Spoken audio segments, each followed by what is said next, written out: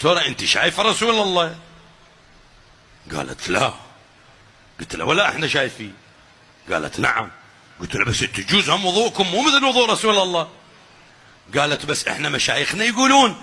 قلت لها سيدتي احنا هم مشايخنا يقولون، مثل ما عندكم مشايخ يقولون الوضوء هالشكل، احنا هم عندنا مشايخ يقولون الوضوء هالشكل. اصلا هاي الحزازية ما تفسد في الود قضية، الروابط المشتركة اللي بيننا وبينكم اكبر. صلاتنا واحدة وقرآننا واحد وكتابنا واحد وقبلتنا واحدة واكو روابط كثيرة احنا وياكم. يقول اعتذرت وانسحبت. شوف اخواني، مرت على هاي الحادثة 3 أشهر 4، يقول ادخل عليها على موقعها اريد احصلها ما القيها، مرة مرتين 3. يقول فد يوم دخلت على موقعها لقيت عندها ظهور، سلمت عليها. ردت عليه السلام، قلت لها من زمان ماكو دكتورة وانا متابع اخبارك. يقول انا اريد ان ادعوها الى الاستبصار، الى اعتناق مذهب امير المؤمنين.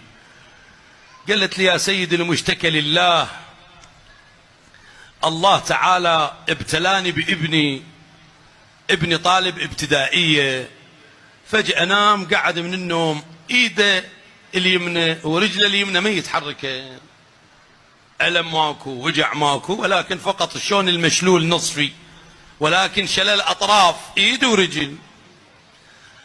أخذت الألمانيا، أخذت البريطانيا، طلعت بدول أوروبية كثيرة، وديت الأمريكا ما فات، الآن افتريت بمستشفيات العراق كلها ما فات. ما بقى عندي أمل، ما بقى عندي رجاء، أريد أخذ الإيران. قلت لها الفرس المجوس. صدق زمان قلت مو الفرس المجوس. قالت سيدة أنا مو في وضع تشمت بي، أترجاك غلط وغلطت. قلت له مجوز حوبة المسلمين، هاي حوبة المسلمين لا سامح الله. ثقي بالله اني إلك من الناصحين مو من الشامتين، ولكن راح اقدم لك كنز من كنوز آل البيت يمكن يصير إلك مخرج. قالت شنو هو؟ قلت لها انت راح تروحين لإيران؟ قالت ايه.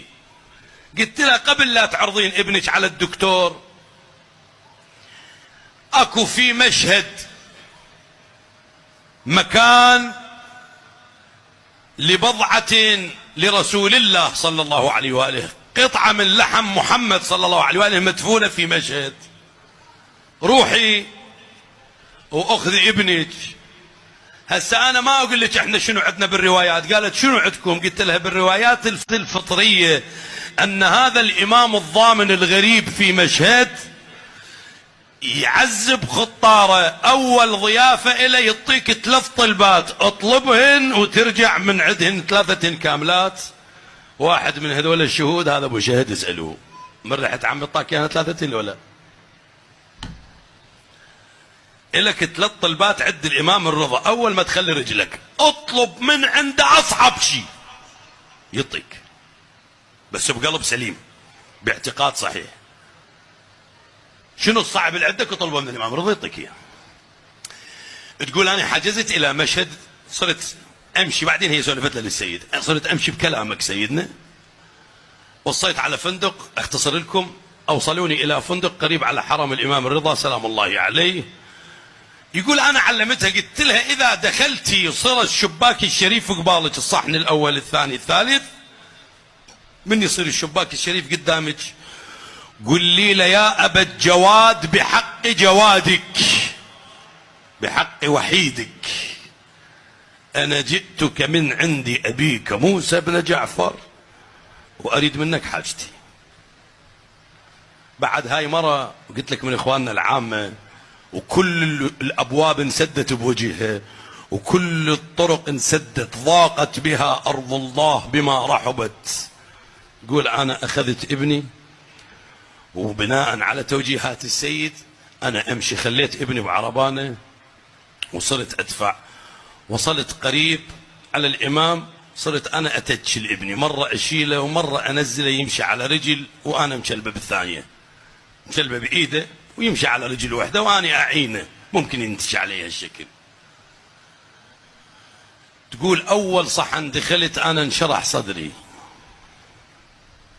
بالصحن الثاني قلبي اطمئن ودموعي بدت تترقرق. انا ابكي، هذا ابني الطفل شال عينه علي، شافني انا ابكي، هو هم عيونه نزلت على بكائي. الصحن الثالث صار الامام قبالي، صحت يا ابا الجواد بحق جوادك. جاي تعيش الحاله شنو؟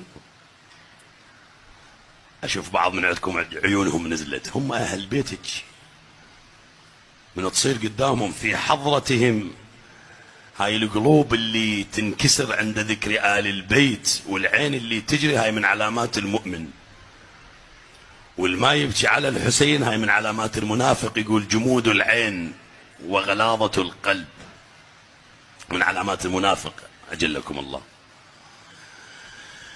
قلت له يا أبا الجواد بحق جوادك، بحق ولدك الوحيد، هذا وليدي الوحيد، وأنا جاي أدق بابك، وجايتك من يم أبيك موسى بن جعفر. يقول بعدنا أنا متجل ابني وجاي أسولف، فجأة ابني إيده المشلولة لزم بيها ثوبي، صح يمه هاي إيدي تحركت، أنا ما تمالكت نفسي، بكيت أكثر، هو هم بكي أكثر، من شدة ما فرفح من البكاء على حركة إيده قح شوية ويلقح، قال يمه أهيسك وحرارة برجلي من دخلت لهذا الصحن الشريف.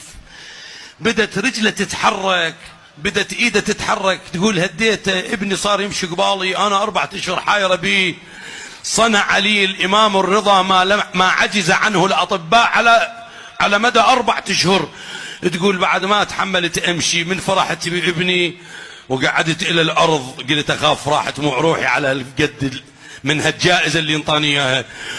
وناديت برفيع صوتي أشهد أن عليا ولي الله، أشهد أن الحسن ولي الله، أشهد أن الحسين شهيد كربلاء ولي الله، أشهد أن زين العابدين ولي الله، إلى أن قلت وأشهد أن علي بن موسى الرضا ولي الله.